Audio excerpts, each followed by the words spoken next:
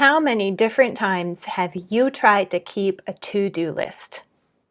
What kind of problems have you run into? Usually our problems with our to-do lists have to do with unrealistic expectations and making it all extras. It's really more of a wish list than a to-do list. The third of the essential get organized practices is to make a to-do list. But I'll tell you how to do it right.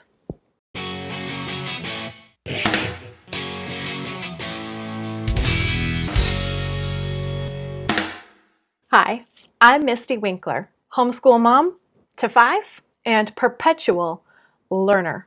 Because let me tell you, I need a lot of help when it comes to my home. So I learn what kind of help I need, how to implement it, and I want to invite you along for this journey of growing in diligence and delight at home. We really can see lasting change through iteration, through continuing to learn and grow together. So this is video number 3 in the Get Organized series, the 5 essential practices to get organized. I've done all kinds of things to try to get organized over the last 18 years of being a homemaker.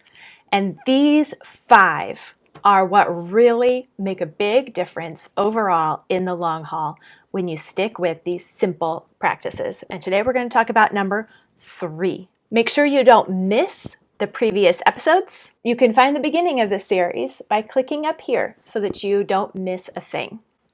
Now, let's get started with step number 3, making a to-do list that actually works. Let me share my secrets with you. So as we try to get organized in our lives, we have to remember what being organized really means. It means that we control ourselves, not the situation. So that's why more than a complicated planner or some kind of system that makes everything go just so, you really, first of all, and most of all, just need a to-do list. Really. Because if organization is about self-control instead of situation control, that to-do list is actually telling you, it's telling me what we have to do. And then it's our job to do it. So it really matters that we make the to-do list and follow it, which means what goes on the to-do list matters a lot. And when most of us go to make a to-do list, we put a whole lot of wishful thinking onto it. So I have a little trick to help us choose the right things to go on that to-do list. You want to know my fancy tip? This is it. Post-it notes. Yes, a post-it note is the perfect place for a to-do list. And here's the other kicker. You get to put 3 things on it. Only 3. When we put 3 things on our list, it helps us to remember 2 things. 1, we are forced to recognize that we cannot do all that we want to do.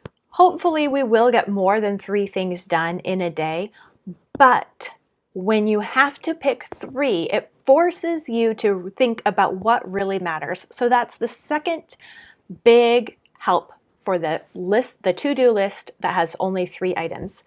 It helps us see our priorities. It helps us choose our priorities. A list of 3 things also is much more attainable. When we look at a long laundry list of all the little things that we need to get done in a day, we will be tempted to choose the phone instead, to choose anything other than deal with that long, overwhelming list. A list of 3 is not overwhelming, and so it's easier to just get started because maybe we can actually get it done. When you use an index card, a post-it note, something small to write your to-do list on, it helps you remember that your day is limited and your energy is limited. So your to-do list ought to be limited too. Keep the scope small and doable. and then do it. A to-do list is something that you get better at with practice. So don't expect that the first day of trying to make a to-do list, you will knock it out of the park. That's not actually the way it works. We get better and better at making a to-do list that's appropriate to our day, appropriate to our energy, to our responsibilities, and we get better at actually implementing and following that to-do list through practice. So even if you don't get all the things done on your list, just make another list for the next day. Move those things over. You're practicing, you're learning, you're growing. This is a skill that you will get better at the more and more that you do it. So give it a try. Give it a try for a whole week. Every day for a whole week. Pick 3 things, write them on a Post-it note, keep them in front of your face all day long, and just see if you don't get better at not only making a to-do list and choosing those top 3, but even getting a lot of them done. Tell me about your experiences with making to-do lists and maybe or maybe not doing them in the comments below. And stay tuned for tip number 4 out of 5 on how to get and stay organized. Make sure you don't miss it by hitting subscribe, hitting the little bell, giving this video a thumbs up so that you too can grow in diligence and delight and get organized. See you next time.